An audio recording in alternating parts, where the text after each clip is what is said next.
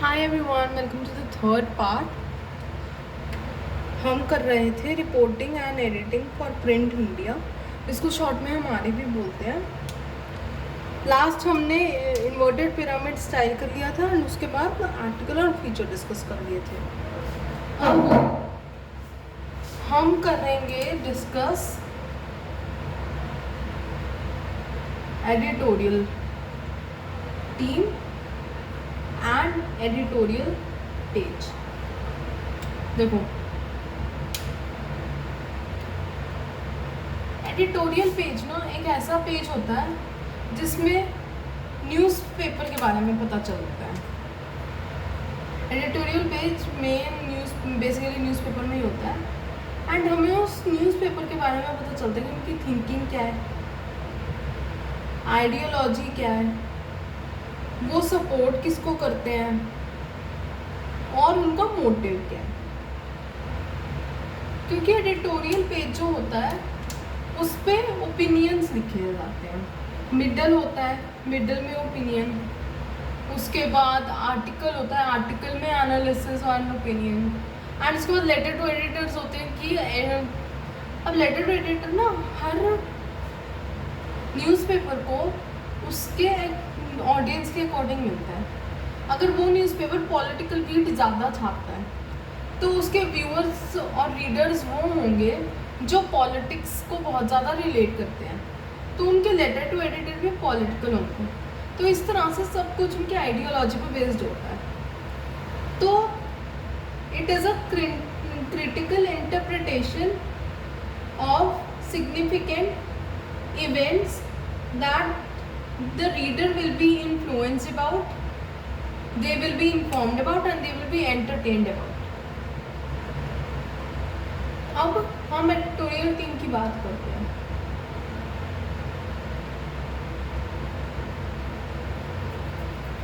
Editorial team में सबसे पहले आते हैं हमारे एडिटर्स। एडिटर्स क्या होते हैं?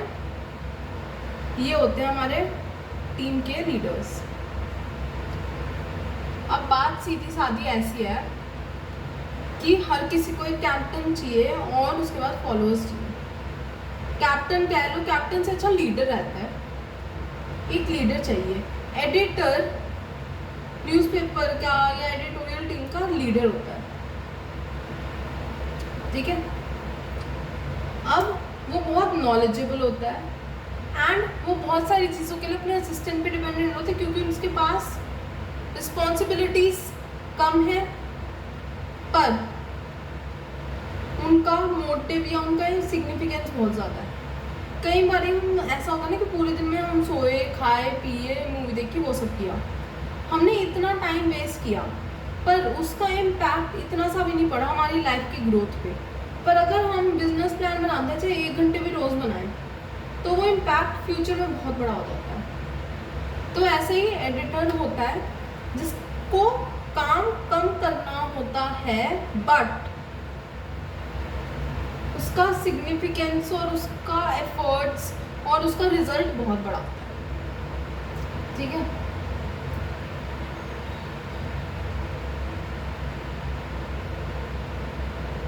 अब अगर हम एडिटोरियल टीम की बात करें तो मैं तुम्हें एक ग्राफ बना के समझाती हूँ, फिर हम एक एक करके समझेंगे कि वो चीज़ है क्या।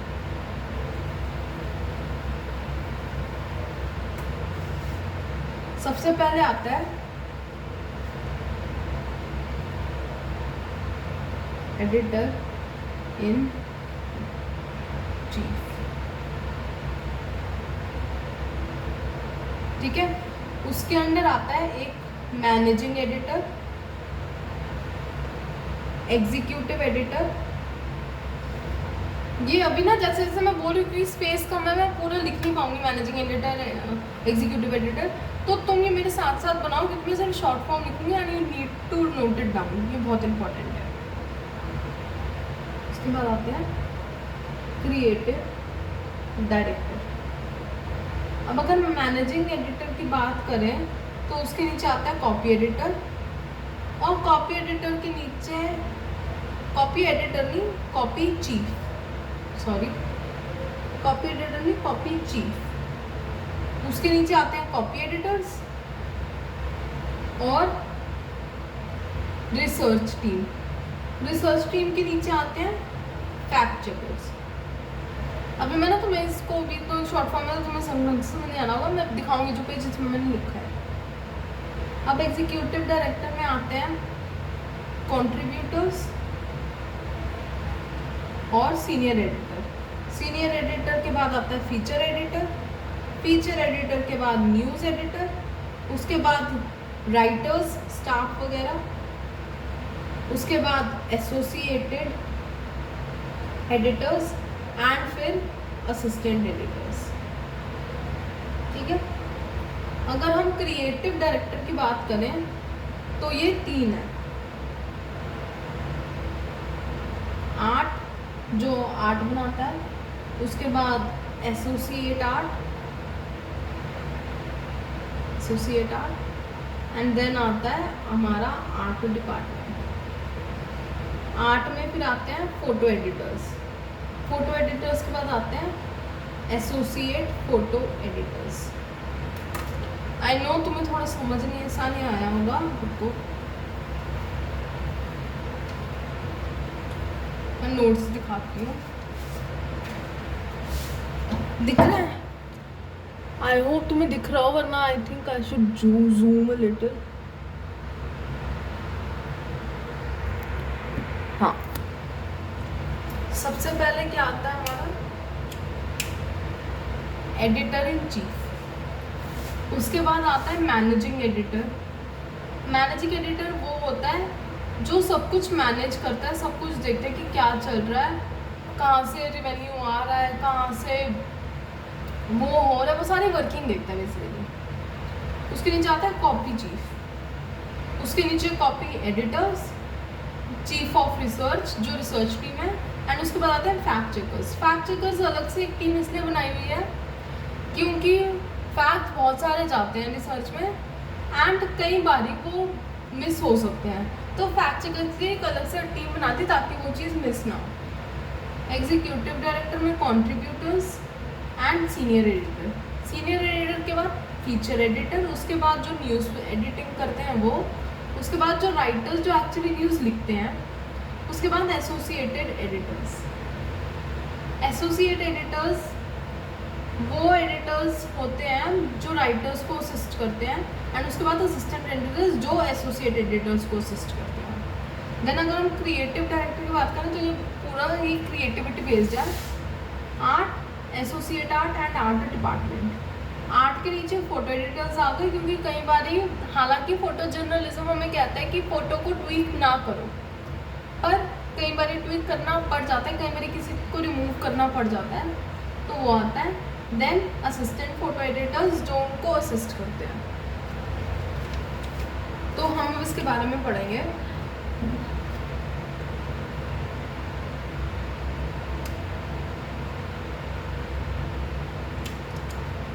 अब पहले ना हम एडिटर की बात करते हैं। हमने थोड़ी सी एडिटर की बात की भी थी। अब पता है एडिटर ना ये कहता है कि मैं एम्बैरेसिंग सिचुएशन को ना अवॉइड करना चाहता हूँ क्योंकि I know it is not a one man job. Obviously बहुत बड़ी टीम लगती है एंड इसी वजह से हर कोई न्यूज़पेपर भी खड़ा नहीं कर सकता क्योंकि पेपर वर्क भी बहुत ज़्यादा होता है। ठीक है। अब सबसे पहले हमने क्या पढ़ा था, एडिटर इन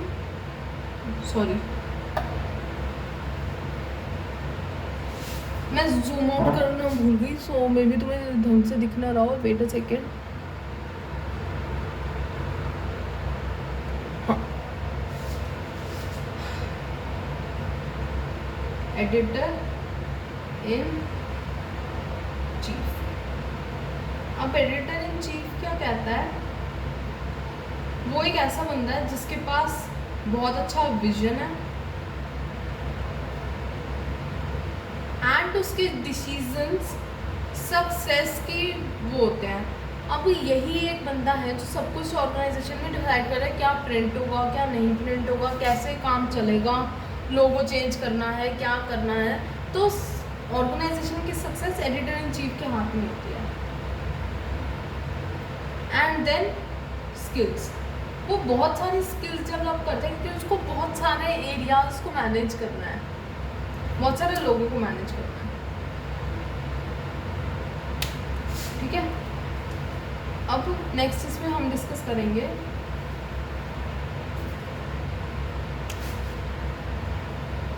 आर्ट डायरेक्टर। अब आर्ट डायरेक्टर क्या होते हैं?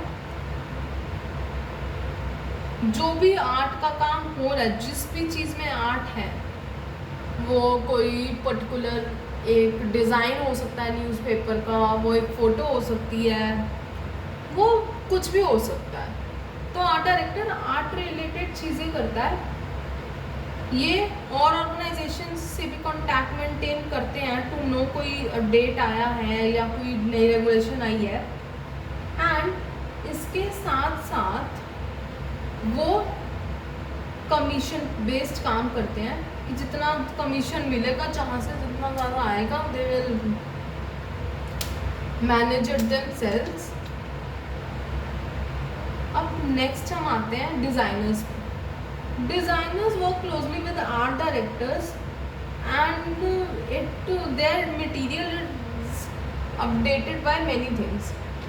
अब देखो, आर्ट डायरेक्टर को ये पता है कि क्या करना है, उसके पास एक विजन है, उसको एक स्ट्रक्चर प्रोवाइड करने के लिए एक डिज़ाइनर की मदद ली जाती है।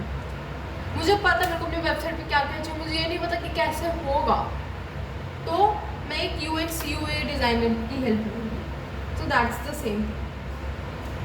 पिक्चर एडिटर जो पिक्चर एडिट करते हैं, कॉपी एडिटर जो कॉपी एडिट करते हैं, प्रूफ रीडर्स वो होते हैं जो एक, अगर ये लिखा हुआ है, इसमें बहुत सारी गलतियाँ हैं, तो मैं क्या करूँगी, ऑल्सो अगर तुम्हें पता ना हो तो हाईलाइटेड नोट्स ही मिलेंगे ताकि तुम्हें प्रॉब्लम ना हो।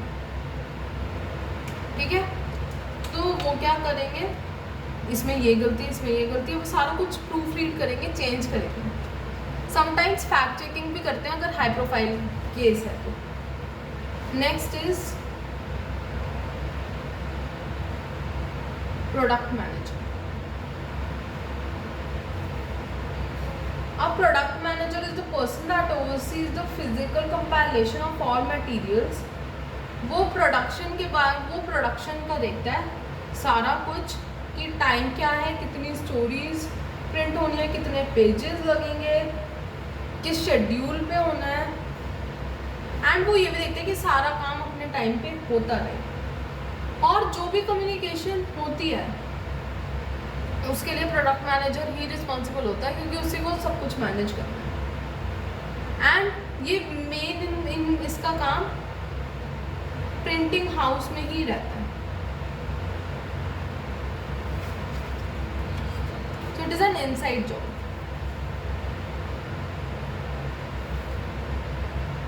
अब पता है ना, अब एक ऑर्गेनाइजेशन है, मान लो न्यूज़पेपर या न्यूज़ चैनल है, उसमें तुम एक तो रिपोर्ट करोगे कि क्या हो रहा है और दूसरा इन्फॉर्मेशन एडिट करोगे, तो ब्रॉडली दो फंक्शंस होते हैं।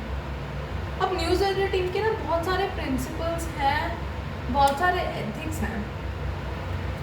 तुम हर चीज़ एडिट नहीं कर सकते, पर तुम हर चीज़ रख भी नहीं सकते। एडिटिंग बैकबोन होती है ऑर्गेनाइजेशन की, और ये क्यों होती है कि मैंने कुछ बताया, उसने कुछ बताया, उसने कोई मेरे से बात कनेक्ट करके तीसरे बंदे ने दूसरी बात की। अब इस चीज़ में होता क्या है, अब इस चीज़ में होता क्या है कि गाइडलाइंस बहुत सारी हैं, न्यूज़ बहुत अलग अलग सोर्सेज से आ रही है और बहुत रॉ फॉर्म में आ रही है। तो एडिटिंग से वो रॉ फॉर्म को एक परफेक्ट शेप मिल जाती है। हमने रिपोर्ट किया, रिपोर्ट भी मोस्टली रॉ फॉर्म ही होती है, पर जब हम उसको एडिट करते हैं तो हम उसको एक स्ट्रक्चर प्रोवाइड करते हैं जो एक्चुअली बहुत ज़रूरी होता है ताकि लोगों को समझ आए। हमारे टीचर ने हमें ये पढ़ाया, मैंने उसको एक स्ट्रक्चर दिया, नोट्स बनाए, बहुत सारी चीज़ें की। उससे क्या हुआ, उससे ये हुआ कि तुम्हें अब अच्छे से समझ आ रहा है। मैं तुम्हें नोट्स में से पढ़ा रही हूँ कि टॉपिक इजीली हमें पता है कि इस बार ये करना है, इस बार वो करना है। ठीक है, तो लेट्स टेक 1 मिनट ब्रेक और उसके बाद हम करेंगे एडिटोरियल challenges. Okay.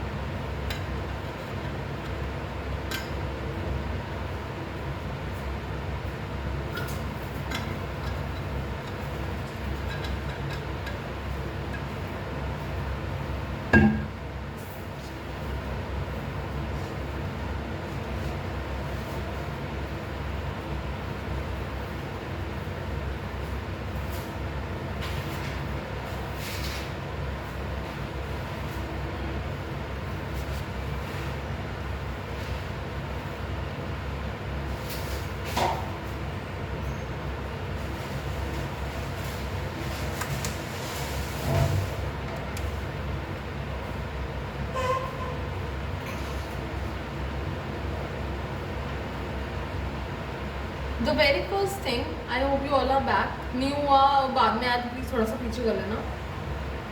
सबसे पहला चैलेंज आता है कंपटीशन। बहुत सारे न्यूज़पेपर्स हैं, how can you beat the competition? Competition इसलिए होता है कि न्यूज़ चैनल्स और न्यूज़ पेपर्स बहुत सारे हैं, सारे न्यूज़ बड़ी बड़ी न्यूज़ 5-6 ही होती हैं दिन की, तो सारे वही कवर कर रहे होते हैं। हम how do you stand out? सबसे पहले तो एथिक्स सारे फॉलो कर लो, ठीक है, बायस ना हो, and we will learn a concept of media trial. Media trial भी ना करो। Media trial is basically mostly ये क्रिमिनल केसेस में देखा जाता है कि कोई गिल्टी हो या ना हो, मीडिया उसको गिल्टी बोल देता है, एंड उस वजह से उस बंदे की रेपुटेशन, जो भी वो कर रहा होता है, कर रही होती है, वो बहुत सारा उसमें हिंड्रेंस आ जाती है। So this is how you can beat the competition.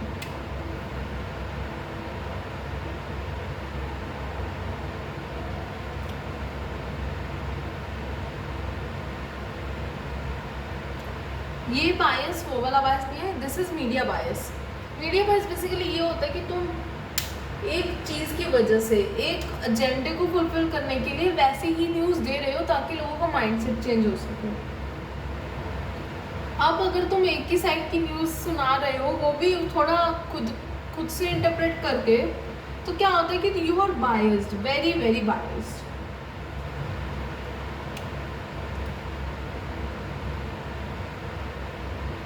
ठीक है, अब इन चीज़ों से बचने के लिए अभी चलो ये पूरा डिस्कस कर लेते हैं, मैं फिर बताती हूँ।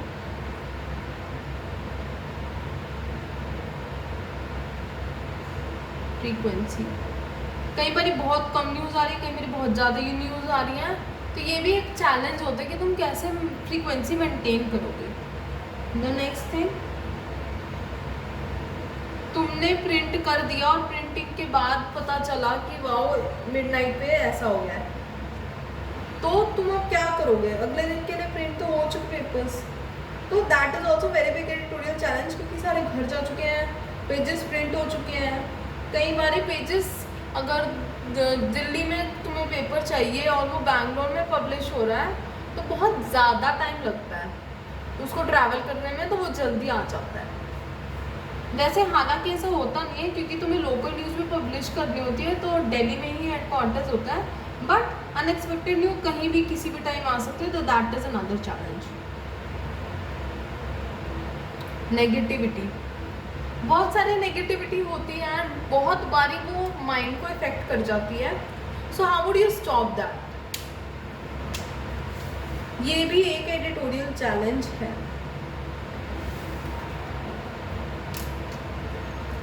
The sixth thing and the last thing is information. Information बहुत ज़्यादा होती है, पेजेस कम होते हैं, तो तुम क्या पब्लिश करोगे क्या नहीं।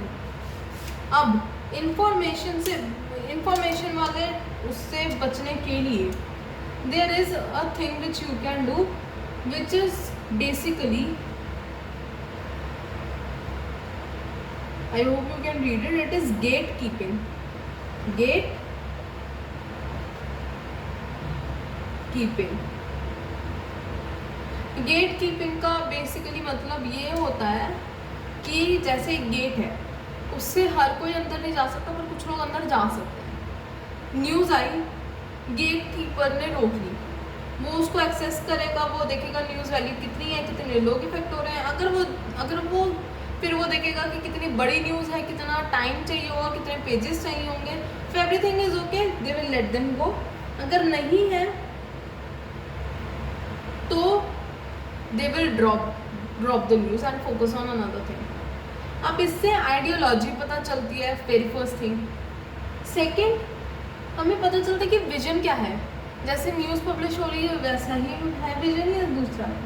The third thing is style, लिखा कैसे हुआ है, वो क्या करना चाहते हैं, इन्फॉर्म करना चाहते हैं, परसुएट करना चाहते हैं, फॉर्मली कुछ इन्फॉर्मेशन देना चाहते हैं।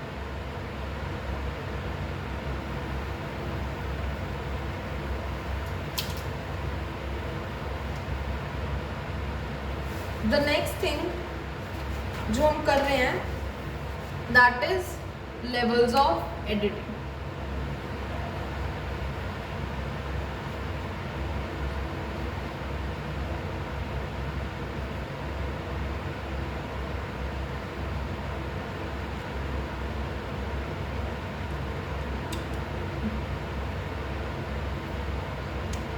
सबसे पहले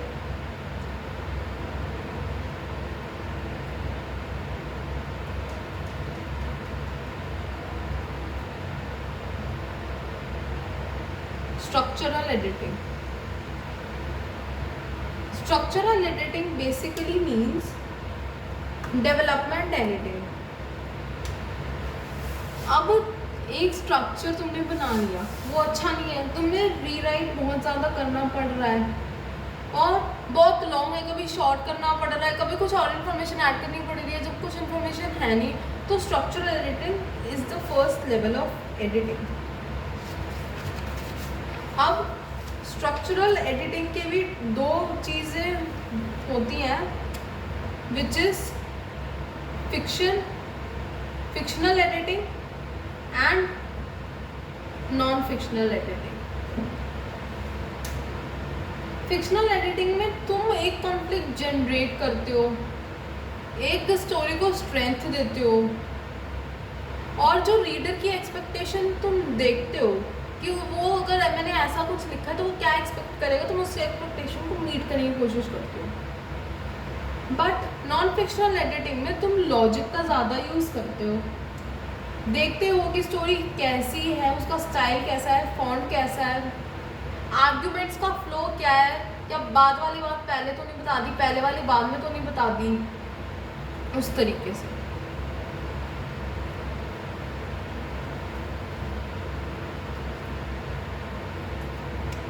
The second thing, copy editing. Copy editing क्या होता है? Copy editing is a process to check, review and correct the written material. तुमने एक चीज़ लिख दी, उसको एडिट करना पड़ेगा, उसके फैक्ट चेक्स करने पड़ेंगे। जब तुमने वो कर दिया तब आता है प्रूफ रीडर्स का काम कि वो एक बार लास्ट मिनट चेक कर लें कि अगर कोई रीडर फर्स्ट टाइम देख रहा है और पढ़ रहा है तो उसको क्या लगेगा। The next thing, rewriting. ये लेवल्स हैं, पहला लेवल ये है, दूसरा ये है, third is rewriting. Rewriting means writing again to verify format and facts. But अगर हम जर्नलिज्म की बात करें तो जर्नलिज्म में रीराइटिंग मीन्स जो कोई स्टोरी लेता है उसको अपने वर्ड्स में समझाता है एंड वो पब्लिश करता है। The fourth one is proofing. Proofing is to check the textual errors. मैंने बोला ना कि एडिटर्स ने अपना काम कर लिया, बट उसके बाद वो देखेगा कि अगर न्यू आई से कुछ कैच कर ले, अगर बंदा ध्यान से पढ़े तो क्या होगा। ठीक है। द लास्ट थिंग इज, कई एरर्स ऐसे होते हैं जो किसी को नहीं दिखते, बट न्यूज़पेपर की एक मॉरल रिस्पॉन्सिबिलिटी हो रही है कि जितना एरर फ्री वो कर सकता है एक चीज़ को, उतना एरर फ्री वो आगे बताए। तो इसलिए last thing is cycle of नहीं sorry cyclic redundancy check which is also CRC। अब साइकिल रिडंडेंसी चेक क्या होता है? ये एक इलेक्ट्रॉनिक डिवाइस है जो कोई एक्सीडेंटल चेंजेस हैं, कोई रॉ डेटा है,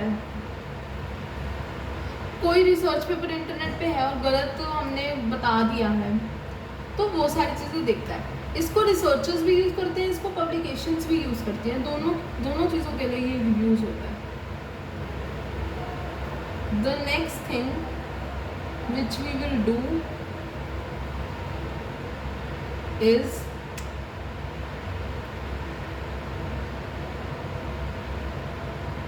मैंने तुम्हें पहले भी बताया था सबसे पहले वीडियो में 36 मिनट्स वाली जो है कि हम हेडलाइंस एक बार डिटेल में करेंगे, तो वो वक्त आ चुका है।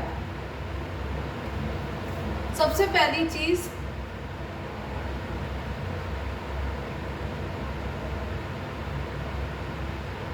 हेडलाइंस कैची होनी चाहिए। अगर तुम्हें कुछ ऐसा लिखा हुआ है जो तुम्हें इजीली अट्रैक्ट कर रहा है, तो तुम उसको पढ़ने के लिए भी ज़्यादा एंथुसियास्टिक होगे, ठीक है? वो स्पेस में ही आना चाहिए। अगर इतना स्पेस मिला और तुमने इतनी बड़ी हेडलाइन लिख दी है, so that is not right. Space का भी ध्यान रखना पड़ता है जब तुम एडिट कर रही हूँ, एडिट नहीं हेडलाइन, सॉरी मैं एडिट कह रही थी but actually it is headline. Space का ध्यान रखना पड़ता है जब तुम हेडलाइन लिख रही हो। अब वो डायरेक्ट होनी चाहिए, सिंपल होनी चाहिए कि लोगों को पढ़ के समझ आ जाए कि हो क्या रहा है, और क्योंकि कैची होनी चाहिए, या कैची को हम अट्रैक्टिव भी बोल सकते हैं। तो एक गोल्डन रूल है जो मैंने headliners, writers, editors and even जो कॉपीराइटर्स होते हैं फॉर एड्स वो फॉलो करते हैं। नेक्स्ट सेम में, बेसिकली सेकेंड ईयर के फर्स्ट सेम में हमारा एडवर्टाइजिंग भी आएगा, तो उसमें हम कॉपीराइटिंग वगैरह बहुत डिटेल में पढ़ेंगे। बट अभी कॉपीराइटर्स बेसिकली वो होते हैं जो ऐड के लिए लाइनें लिखते हैं। Rule is,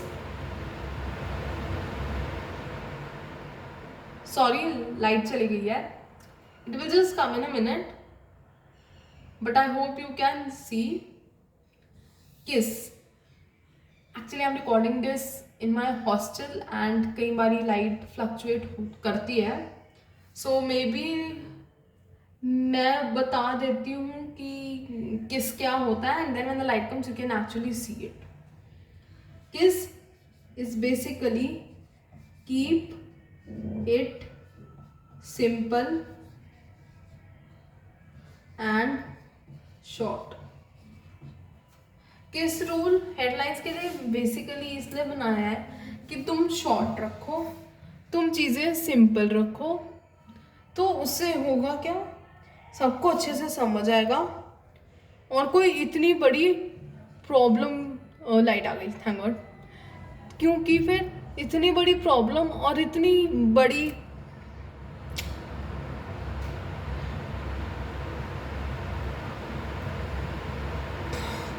okay, keep it simple and short. इसको इजीली ऐसे समझाऊँ, शॉर्ट रखो, सिंपल रखो, ज़्यादा चोचलेबाजी नहीं करनी, ठीक है? अब हेडलाइंस को अट्रैक्टिव बनाने के लिए और अपनी न्यूज़ चैनल की ऑथेंटिसिटी बनाए रखने के लिए एक चीज़ हर न्यूज़ चैनल, हर न्यूज़पेपर में होती है,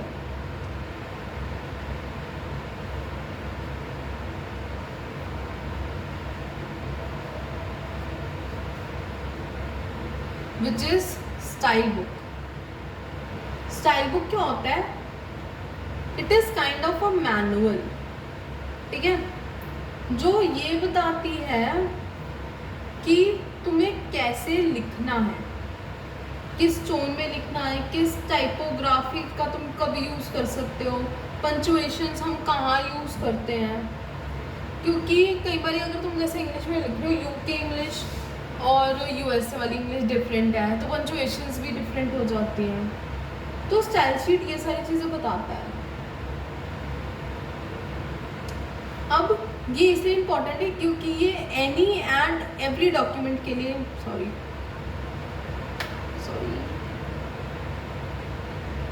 क्योंकि तुम ये कोई भी और सारी डॉक्यूमेंट्स के लिए यूज़ करते हो।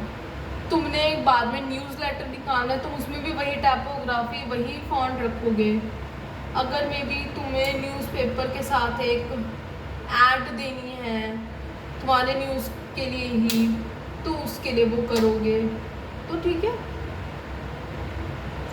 अब हेडलाइंस लिखनी कैसे है, हेडलाइंस कैसे होनी चाहिए, वो तो पता चल गया।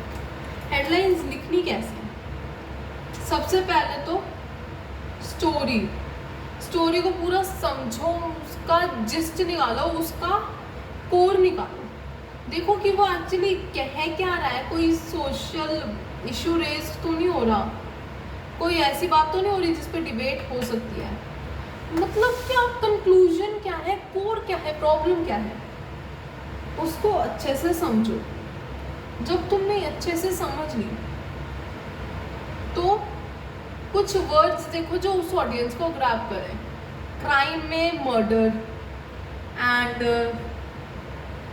For no reason, death row, magistrate, ऐसे वर्ड्स इंट्रीगिंग लगते हैं।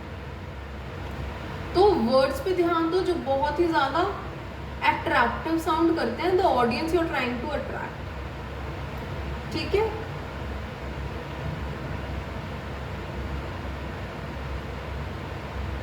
अब उसका स्ट्रक्चर देखो कि तुम स्टोरी कैसे लिख रहे हो, कौन सी चीज़ पहले रिवील हो रही है, कौन सी चीज़ बाद में।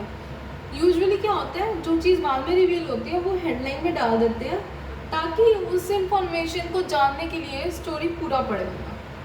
तो स्ट्रक्चर भी देखो। अब इससे होगा क्या, एक तो ये अटेंशन ग्रैब करेगा, ठीक है। उसके बाद तुम्हें सिमिलर रीडर्स मिलेंगे जो स्टोरी से इंट्रीग हुए हैं, जो स्टोरीज को पढ़ रहे हैं, जो तुमसे वो करते हैं। अब अगर किसी ने हेडलाइन पढ़ी और फिर फर्स्ट पैराग्राफ पढ़ा तो उसको मैसेज समझ आ जाएगा कि हम क्या ना क्या चाहते थे और ये हेडलाइन किसके रेलेवेंस में है।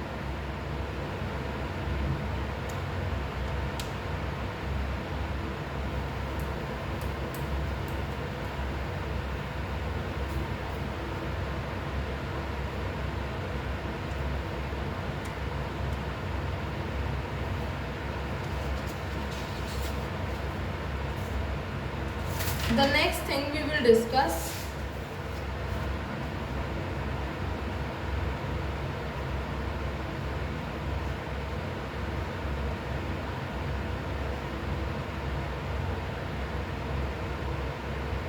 Photo journalism. फोटो जर्नलिज्म क्या है, मैंने ऐसे इसलिए लिखा ताकि तुम्हें अच्छे समझ आ गया। जर्नलिज्म फोटोज के थ्रू, जर्नलिज्म होता है एक स्टोरी बताना, एक इंफॉर्मेशन प्रोवाइड करना।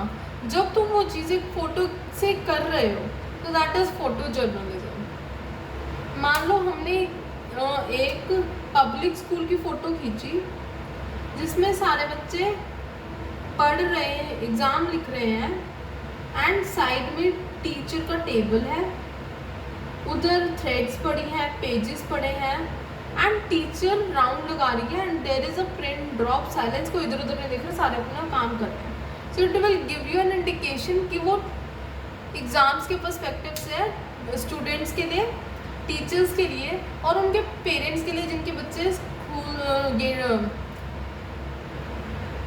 गवर्नमेंट स्कूल्स में पढ़ रहे हैं, उसके लिए इम्पोर्टेंट है। ठीक है। अब a good story tells a story on all of its own and requires little to no writing to back it up। अब इसका तुम्हें समझ आ गया कि न्यूज़ एग्जाम्स के पर्सपेक्टिव से है। अब ऐसे मान लो तुमने एक फार्मर की फोटो ली और वो पराली जला रहा है, तो तुम्हें पता चल जाएगा पराली जल रही है, अच्छी बात नहीं है। उस तरह से एक चीज़ है, ठीक है। अब क्या होता है, क्योंकि फोटो एक विजुअल इफेक्ट है, विजुअल्स तुम्हें ज़्यादा अच्छे से याद रहते हैं, तो अगर तुम विजुअल देखोगे तो photo journalism is more compelling, is more happening, और बहुत कम टाइम लेते हैं इंटरप्रेट करने के लिए अगर हम न्यूज़पेपर की राइटिंग की बात करेंगे, ठीक है।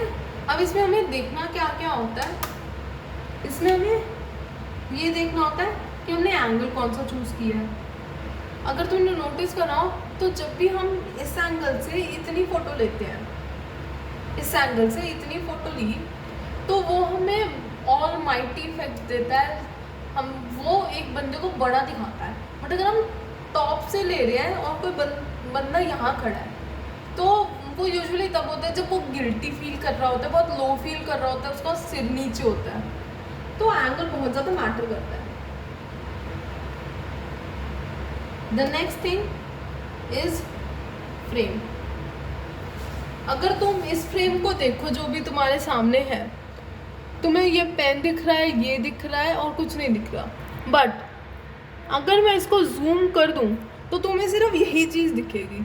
इट डिपेंड्स ऑन मी कि मैं तुम्हें इसके साथ साथ दिखाना चाहती हूँ कि आसपास क्या चल, जैसे ये मेरे नोट्स है, ये पानी की बोतल है बिकॉज आई नीड इट, या फिर ज़्यादा डिस्ट्रैक्ट ना हो तो मैं इसलिए सिर्फ रेलेवेंट चीज़ दिखाना चाहती हूँ, विच इज़ दिस।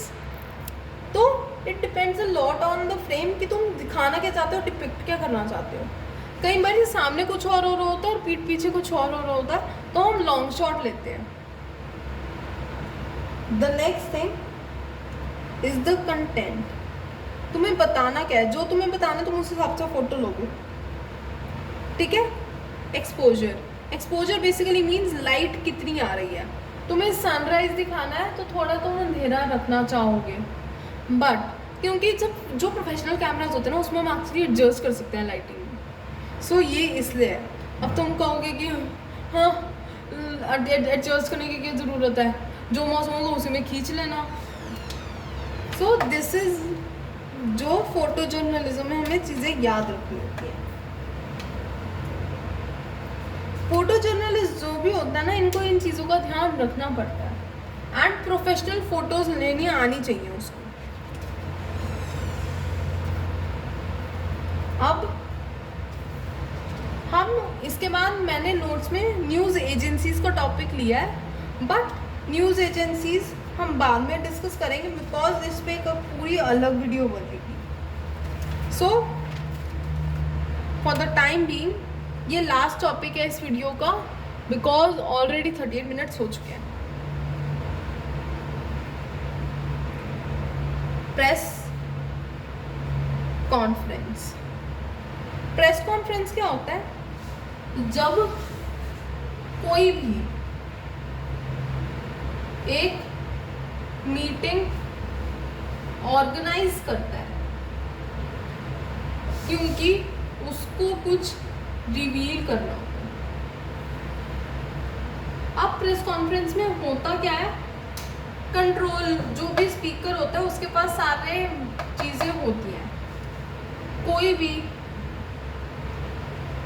भी लाइक एनीबडी कोई भी वो मीटिंग ऑर्गेनाइज कर सकता है, एंड जब तक बोला ना जाए that you can ask questions, you don't have to. पहले वो स्पीकर आएगा, वो अपनी बात रखेगा, तुम उससे रिलेटेड क्वेश्चंस पूछोगे, बाद में उस पर रिपोर्ट बनाओगे, ठीक है। अब इसका मेन एडवांटेज जर्नलिस्ट को ये होता है कि कोई भी चीज़ मिस नहीं होती। अगर मान लो तुम खुद की रिसर्च करते हो तो हो सकता है कुछ इन्फॉर्मेशन, कोई क्लू मिस हो जाता, बट इसमें नहीं होता। बट इसमें डिफ़िकल्टी ये है कि तुम्हें एक जो हम वर्ड ऐसे ही थ्रो करते रहते हैं ना, बताओ कौन सा वर्ड मैंने 2-3 मिनट बोला था, एक्सक्लूसिव। जब तुम कुछ एक्सक्लूसिव प्रेजेंट नहीं करोगे, तुम्हारा होना ना होना कोई मैटर नहीं करता, क्योंकि सारे एक ही स्टोरी बता रहे हैं। तो एक्सक्लूसिव चीज़ें बहुत मैटर करती हैं इस चीज़ पे, ठीक है। अब इसके कुछ डूज एंड डोंट्स हैं, विच इज़ तुम्हें नाम और स्पीकर कौन है उसके काम के बारे में पता होना चाहिए। इसके बारे में रिसर्च पहले ही कर लेना। सॉरी, स्पीकर कौन है, क्या है, क्यों है, व्हाटएवर। इसके बाद आता है कि बैकग्राउंड। तुम ये नहीं पूछ सकते कि तुम्हें अनाउंस क्यों करना है, बिकॉज ऑब्वियसली अगर तुम्हें पहले बता दो तो तुम पहले ही स्टोरी बना लोगे, तुम अटेंड भी नहीं करोगे प्रेस कॉन्फ्रेंस। बट अगर तुम्हें बैकग्राउंड थोड़ा सा पता हो कि किस बारे में है, किस इश्यू के बारे में है, तो तुम थोड़ा सा प्रिपेयर रह सकते हो। ठीक है। अब क्योंकि प्रेस कॉन्फ्रेंस यूजुअली कुछ बड़ा रिवील करने के लिए या कुछ अनाउंसमेंट करने के लिए होती है, तो उसमें यूजुअली नंबर, फैक्ट्स, फिगर्स, ऐसी चीज़ें यूज होती हैं। ठीक है। तो you need to be aware about that and you need to note that. अब क्योंकि ये प्रेस कॉन्फ्रेंस थी, स्पीकर ने सबसे पहले चीज़ बोली, वो तुम कोट्स में डालोगे and you will use the quotes. ठीक है।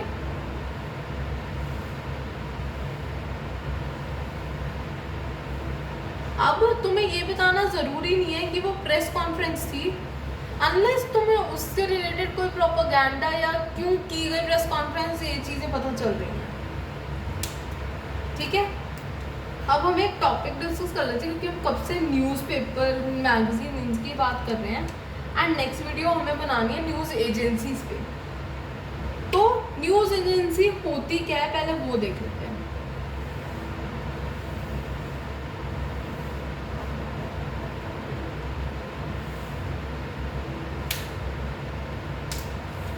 न्यूज़ एजेंसी का खुद का पेपर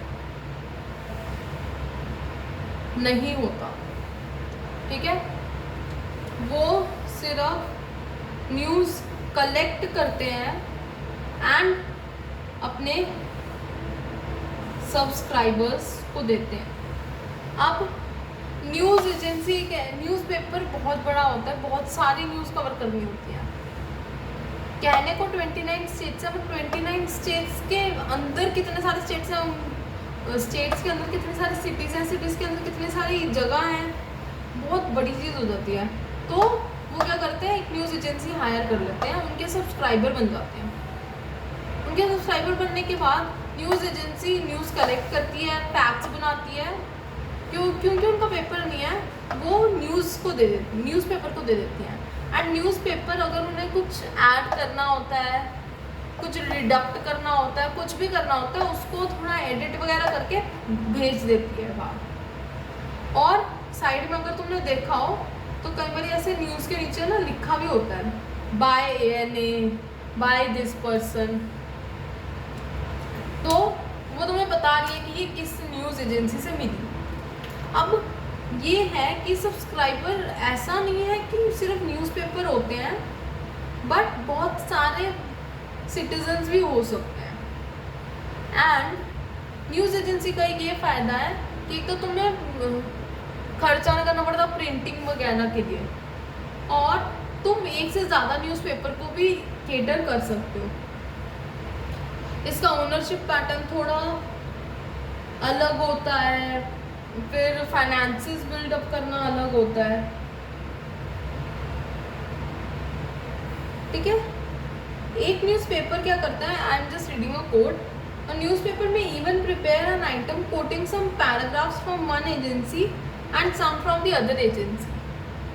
अब न्यूज़ एजेंसी है, उसने 4-5 न्यूज़पेपर को क्लाइंट बना रखा है, पर न्यूज़पेपर भी सिर्फ एक सोर्स पे डिपेंड नहीं कर सकती, वो 2-3 सोर्सेज पे डिपेंड करती है। तो वो कई बार मिसमैच भी करती है कि ये चीज़ इसमें इंक्लूड कर देते हैं, वो चीज़ उसमें इंक्लूड कर देते हैं, ऐसे कर देते हैं। ठीक है। तो every news agency has to be attributed to a source.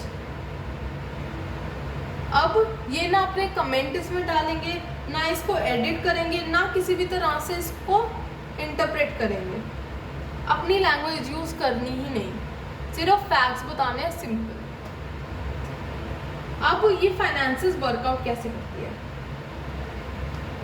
अब ये वर्कआउट ऐसे करती है कि पहले तो इसको पैसा मिलता है गवर्नमेंट से, क्योंकि वो उसकी सब्सक्राइबर होती है, यूजुअली होती है गवर्नमेंट, पर अगर नहीं है तब भी कोई इशू नहीं है। देन न्यूज़पेपर से, देन कोई इंडिविजुअल सब्सक्राइबर्स हैं वो भी इनको पैसा वगैरह देते हैं।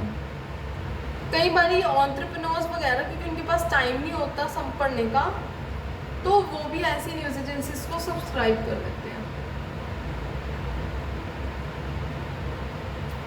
अब इसमें होता क्या है, न्यूज़पेपर हो गया, इंडिविजुअल हो गया, एंटरप्रेन्योर हो गया, सबसे बड़ी चीज़ आती है इसमें गवर्नमेंट। अल्टीमेटली गवर्नमेंट ही लार्जेस्ट सब्सक्राइबर होती है न्यूज़ एजेंसी की, एंड गवर्नमेंट भी बहुत सारे न्यूज़ एजेंसीज को ऑप्ट कर सकती है, इट इज़ नॉट लाइक कि एक ही करे। तो this is it for this video. Let me just check कि कितना देर की बनी है ये। 45 मिनट्स हो गए। We will just stop right here and we will get back. I am naming this second, क्योंकि जो मैंने 30 मिनट्स की बनाई थी और मैं ऑलरेडी अपलोड कर चुकी हूँ, वो बहुत छोटी थी, वो 10-15 मिनट की थी। So I am naming this second, उसमें मैंने सेकेंड बोला था, but I am naming this second. And फिर news agencies, different news agencies जो मैं डिस्कस करूँगी, we will name it third. तो bye, I see you soon.